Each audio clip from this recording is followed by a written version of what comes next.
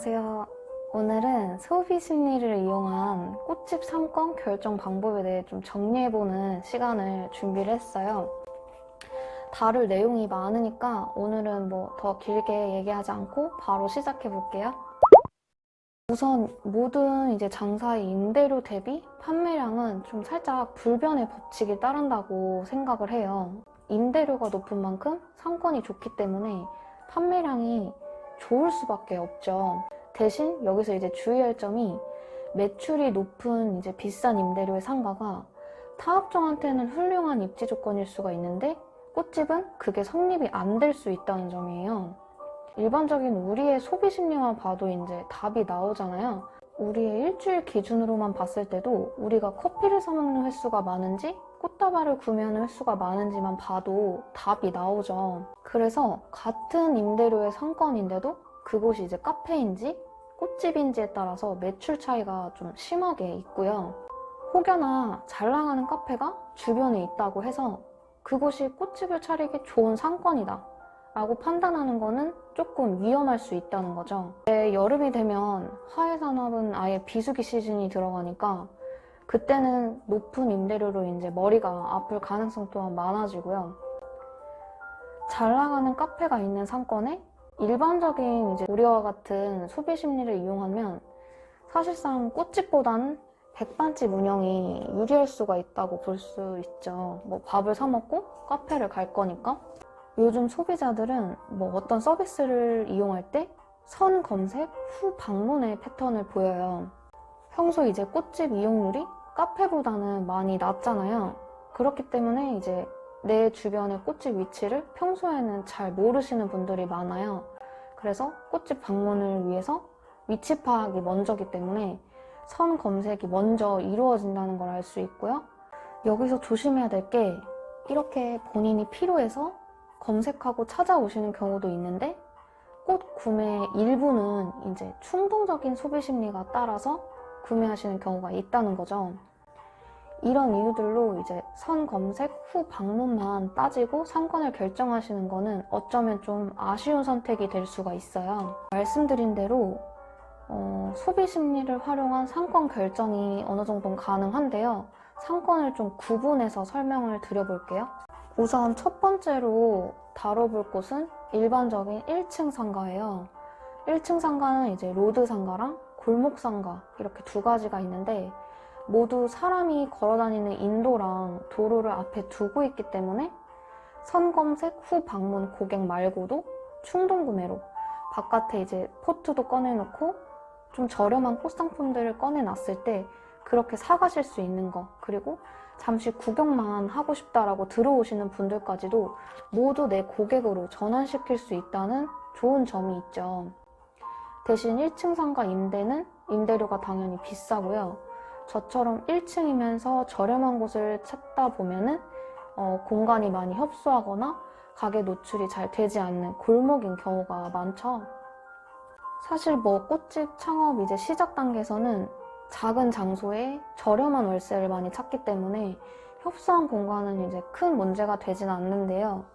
이제 운영을 하시다 보면 부자재 보관 문제 때문에 공간에 대한 문제점도 어느 정도는 감안을 하셔야 돼요. 1층 상가를 또다시 두 가지 경우로 나누면 기존 꽃집이었던 자리랑 타 업종이었던 자리로 나눌 수가 있어요. 1층 상가 첫 번째로 꽃집이었던 자리의 이제 가장 큰 단점은 우리가 처음 꽃집을 오픈하고 나서 여기 꽃집 있어요 라고 알리는 게 진짜 어렵거든요. 뭐 오픈한 지 벌써 1, 2년이 지났는데도 여기 꽃집이 있는지 몰랐어요 라고 말씀하시는 고객분들이 계신다 라는 이제 글도 보면은 정말 꽃집의 유무를 알리기가 쉽지 않다는 걸 알 수 있죠. 그렇기 때문에 꽃집이었던 자리는 이 부분에서는 메리트가 상당히 크다고 볼 수 있어요. 그리고 온갖 집기랑 부자재 또는 거래처들까지 모두 인수받을 수가 있으니까 정말 몸만 들어가서 바로 시작할 수 있다는 점이 이제 가장 좋은 장점이죠. 근데 대신 그것들에 대한 권리금이 있고요.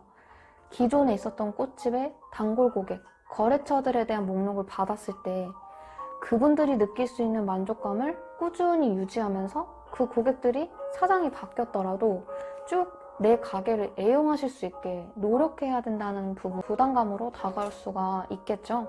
사람의 심리상 익숙한 거에 더 편안함을 느끼잖아요. 그래서 기존 사장이 아닌 상황이 됐을 때 내가 그만큼 그분들한테 만족을 못 드리면 그 고객을 놓칠 수도 있다는 거죠.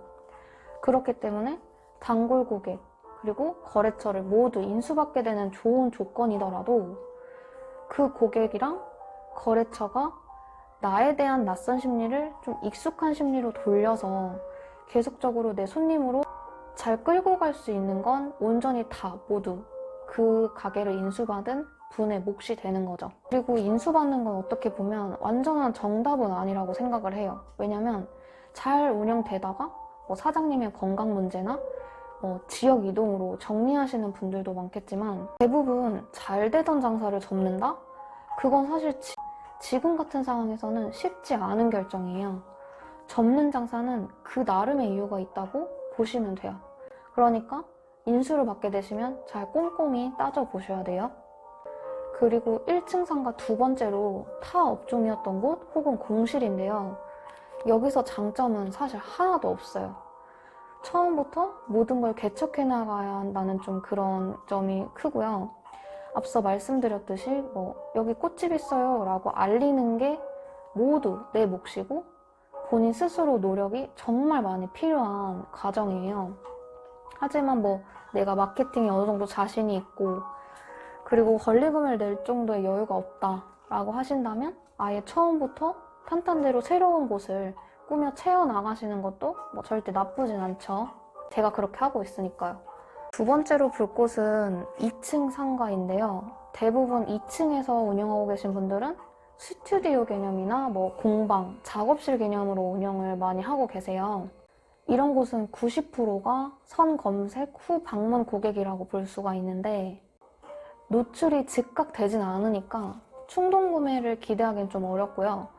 이제 대신 1층보다는 임대료가 확실히 저렴하다는 점이 장점이고 그리고 같은 층에 혹시나 카페, 은행, 병원, 학원, 미용실 이런 다중이용시설이 있으면 상황은 좀 달라질 수가 있어요.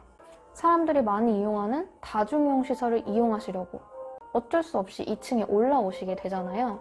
그럼 다른 업종의 가게를 이용하시는 과정에서 우리 가게를 발견하게 되는 상황이 생기니까 홍보에도 나쁘지 않을 수 있고요. 그리고 세 번째는 2층보다 더 상위층 장소에 있는 경우인데요. 이때는 이제 99.999% 온라인 또는 SNS 판매를 계획 중일 때 적합한 장소라고 할 수 있을 것 같아요. 선검색 후 방문으로 생각을 하고 그렇게 여기를 이제 임대 받으셔도 나쁘진 않지만 일반적인 이제 우리의 사람 소비 심리를 생각해보면 그쪽이 이제 특별한 게 없다면 저층에 위치한 꽃집을 이용하지 굳이 위에 층의 꽃집을 이용하진 않겠죠.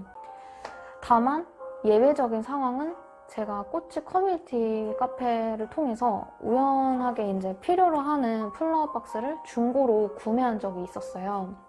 근데 이 중고 물품을 거래하시는 분이 어떤 상가 5층으로 와달라라고 말씀을 해주셔서 저는 이제 올라가면서 가게 정리하시고 타업장 준비 중이시구나 했는데 그 5층 사무실을 딱 들어서는 순간 와, 온라인 판매하시는 분들이 이렇게 운영을 하시는구나 라고 느낄 정도로 정말 저한테는 그날 좀 신선한 충격이었거든요. 그 공간에 큰 냉장고 두 대 있고 작업대 널찍하게 있고 옆에 택배 박스 쌓여 있고 그리고 촬영을 위한 스튜디오가 딱 마련이 돼 있더라고요. 사진관처럼. 그래서 너무 신기해서 바로 그 물건만 받아 나오지 않고 이제 거기 사장님한테 궁금한 걸 막 여쭤봤던 그런 기억이 있는데 요즘은 온라인 구매율이 높은 소비 패턴을 보이잖아요. 그래서 이런 부분도 어떻게 보면 괜찮게 노려볼 수 있는 가게 위치라고 볼 수도 있을 것 같아요. 추가로 좀 추천해드리는 곳은 주변에 수제 케이크나 앙금 떡 케이크 가게라든지 마카롱 전문점 그리고 액세서리 샵 이런 가게가 있다면 해당 그 상품을 구매를 하려고 서칭을 많이 하시잖아요. 대부분 그런 분들은 SNS로 운영을 많이 하시니까 그곳을 찾아온 김에 근처에 있는 우리 가게를 방문하실 수 있는 가능성도 있다고 봐요. 뭐 케이크의 꽃다발 혹은 뭐 목걸이나 반지의 꽃다발이 아직까지는 국룰인 것 같아요. 어제도 고객분들 중에 케이크 들고 들어오시는 분만 3분 정도가 계셨고요.